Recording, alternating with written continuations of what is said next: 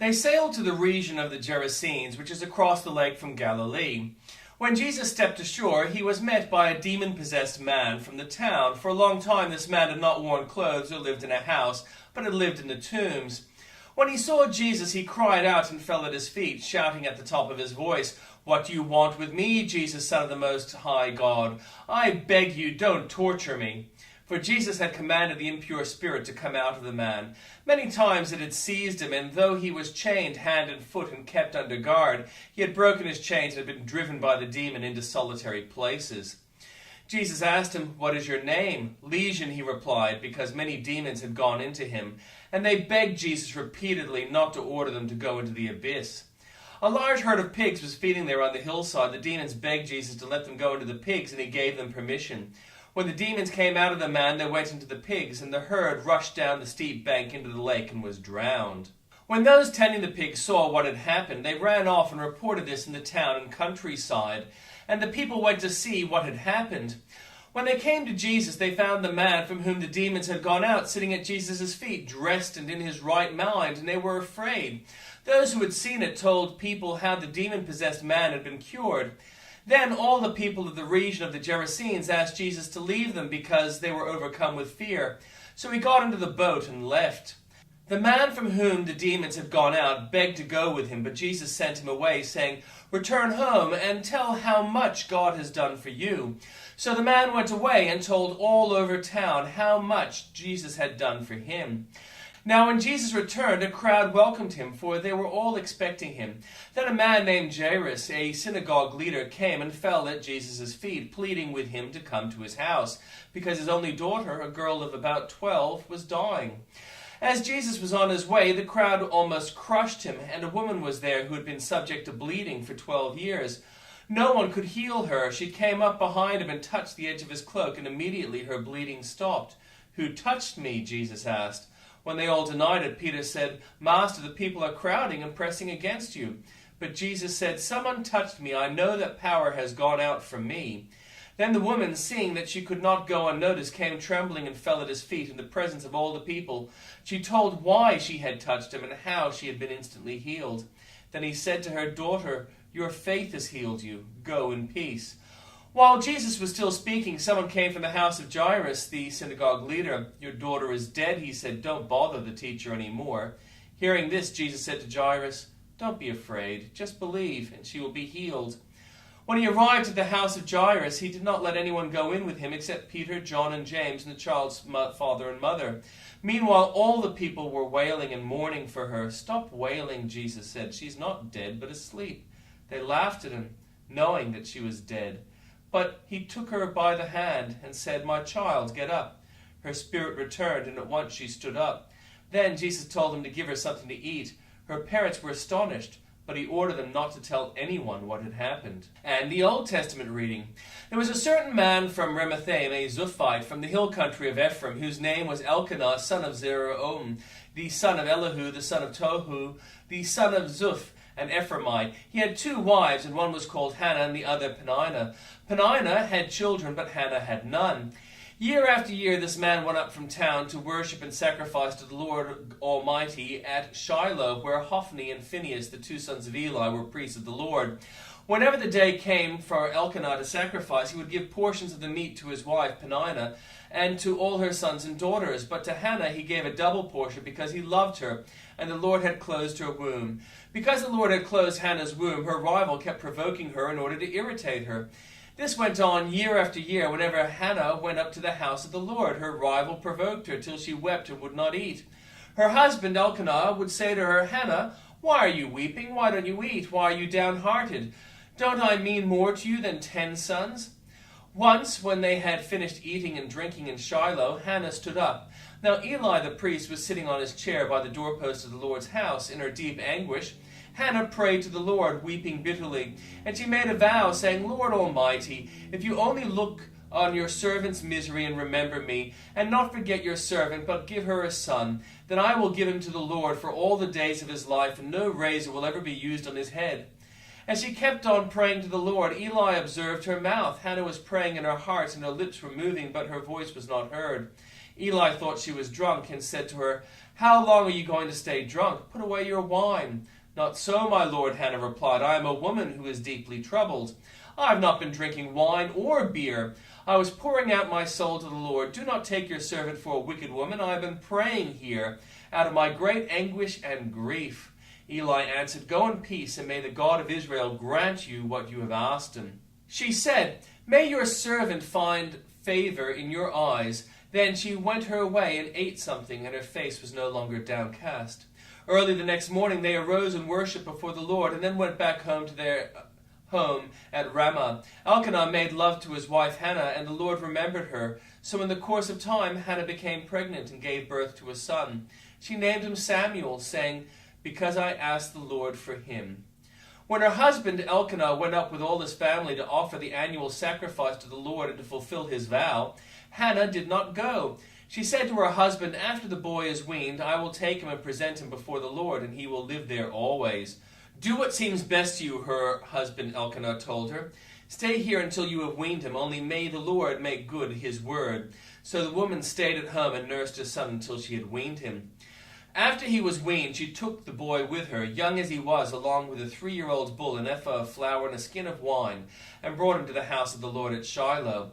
When the bull had been sacrificed, they brought the boy Eli, and she said to him, "Pardon me, my lord, as surely you live. I am the woman who stood here beside you praying to the Lord. And I prayed for this child, and the Lord has granted me what I asked of him. So now I give him to the Lord. For his whole life he will be given over to the Lord," and he worshipped the Lord there. Then Hannah prayed and said, "My heart rejoices in the Lord. In the Lord my horn is lifted high. My mouth boasts over my enemies, for I delight in your deliverance. There is no one holy like the Lord. There is no one beside you. There is no rock like our God. Do not keep talking so proudly, so let your mouth speak such arrogance. For the Lord is a God who knows, and by him deeds are weighed. The bows of the warriors are broken, but those who stumble are armed with strength. Those who were full hire themselves out for food. Those who are hungry no more. She who is barren has borne 7 children, but she who has many sons pines away. The Lord brings death and makes alive. He brings down to the grave and raises up. The Lord sends poverty and wealth. He humbles and he exalts. He raises the poor from the dust and lifts the needy from the ash heap. He seats them with princes, and he has them inherit a throne of honor. For the foundations of the earth are the Lord's. On them he has set the world. He will guard the feet of his faithful servants, but the wicked will be silenced in the place of darkness. It is not by strength that one prevails. Those who oppose the Lord will be broken. The Most High will thunder from heaven. The Lord will judge the end of the earth. He will give strength to his king and exalt the horn of his anointed. Then Elkanah went home to Ramah, but the boy ministered before the Lord under Eli the priest. Eli's sons were scoundrels. They had no regard for the Lord. Now it was the practice of the priest that whenever any of the people offered a sacrifice, the priest's servant would come with a 3-pronged fork in his hand while the meat was being boiled, and would plunge the fork into the pan or kettle or cauldron or pot. Whatever the fork brought up, the priest would take for himself. This is how they treated all the Israelites who came to Shiloh. But even before the fat was burned, the priest's servant would come and say to the person who was sacrificing, "Give the priest some meat to roast. He won't accept boiled meat from you, but only raw." If the person said to him, "Let the fat be burned first, and then take whatever you want," the servant would answer, "No, hand it over now. If you don't, I'll take it by force." This sin of the young men was very great in the Lord's sight, for they were treating the Lord's offering with contempt. But Samuel was ministering before the Lord, a boy wearing a linen ephod. Each year his mother made a little robe and took it to him when she went up with her husband to offer the annual sacrifice. Eli would bless Elkanah and his wife, saying, "May the Lord give you children by this woman to take the place of the one she prayed for and gave to the Lord." Then they would go home, and the Lord was gracious to Hannah. She gave birth to 3 sons and 2 daughters. Meanwhile, the boy Samuel grew up in the presence of the Lord. Now Eli, who was very old, heard about everything his sons were doing to all Israel and how they slept with women who served at the entrance of the tent of meeting. So he said to them, "Why do you do such things? I hear from all the people about those wicked deeds of yours. No, my sons, the report I hear spreading among the Lord's people is not good. If one person sins against another god, may mediate for the offender, but if anyone sins against the Lord, who will intercede for them?" His sons, however, did not listen to their father's rebuke, for it was the Lord's will to put them to death. And the boy Samuel continued to grow in stature and in favor with the Lord and with people. Now a man of God came to Eli and said to him, "This is what the Lord says. Did I not clearly reveal myself to your ancestors' family when they were in Egypt under Pharaoh? I chose your ancestor out of all the tribes of Israel to be my priest, to go up to my altar and to burn incense and to wear an ephod in my presence. I also gave your ancestors' family all my food offerings presented by the Israelites. Why do you scorn my sacrifice and offering that I prescribed for my dwelling? Why do you honor your sons more than me by fattening yourselves on the choice parts of every offering made by my people Israel? Therefore the Lord, the God of Israel, declares, I promised that members of your family would minister me forever. But now the Lord declares, far be it from me, those who honor me I will honor, but those who despise me will be disdained. The time is coming when I will cut short your strength and the strength of your priestly house, so that no one in it will reach old age. And you will see distress in my dwelling. Although good will be done to Israel, no one in your family line will ever reach old age.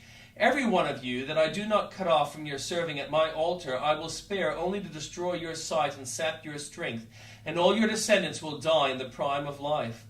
And what happens to your two sons, Hophni and Phinehas, will be assigned to you. They will both die on the same day. I will raise up for myself a faithful priest, who will do according to what is in my heart and my mind.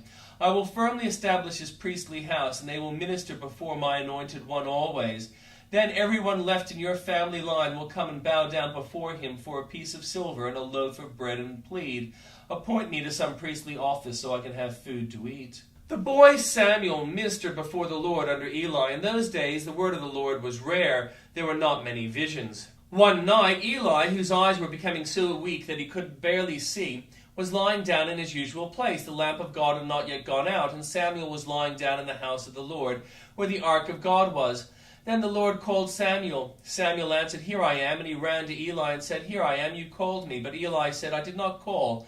Go back and lie down. So he went and lay down. Again the Lord called Samuel. And Samuel got up and went to Eli and said, Here I am, you called me. My son, Eli said, I did not call. Go back and lie down. Now Samuel did not yet know the Lord. The word of the Lord had not yet been revealed to him. A third time the Lord called Samuel. And Samuel got up and went to Eli and said, Here I am, you called me. Then Eli realized that the Lord was calling the boy, so Eli told Samuel, Go and lie down, and if he calls you, say, Speak, Lord, your servant is listening. So Samuel went and lay down in his place. The Lord came and stood there, calling, as at other times, Samuel, Samuel. Then Samuel said, Speak, for your servant is listening. And the Lord said to Samuel, See, I am about to do something in Israel that will make the ears of everyone who hears about it tingle. At that time I will carry out against Eli everything I spoke against his family from beginning to end. For I told him that I would judge his family forever because of the sin he knew about. His sons blasphemed God, and he failed to restrain them. Therefore I swore to the house of Eli, the guilt of Eli's house will never be atoned for by sacrifice or offering. Samuel lay down until morning and then opened the doors of the house of the Lord. He was afraid to tell Eli the vision, but Eli called him and said, Samuel, my son. Samuel answered, Here I am. What was it he said to you? Eli asked. Do not hide from me. May God deal with you, be it ever so severely, if you hide from me anything he told you. So Samuel told him everything, hiding nothing from him. Then Eli said, He is the Lord. Let him do what is good in his eyes. The Lord was with Samuel as he grew up, and he let none of Samuel's words fall to the ground. And all Israel from Dan to Beersheba recognized that Samuel was attested as a prophet of the Lord. The Lord continued to appear at Shiloh, and there he revealed himself to Samuel through his word.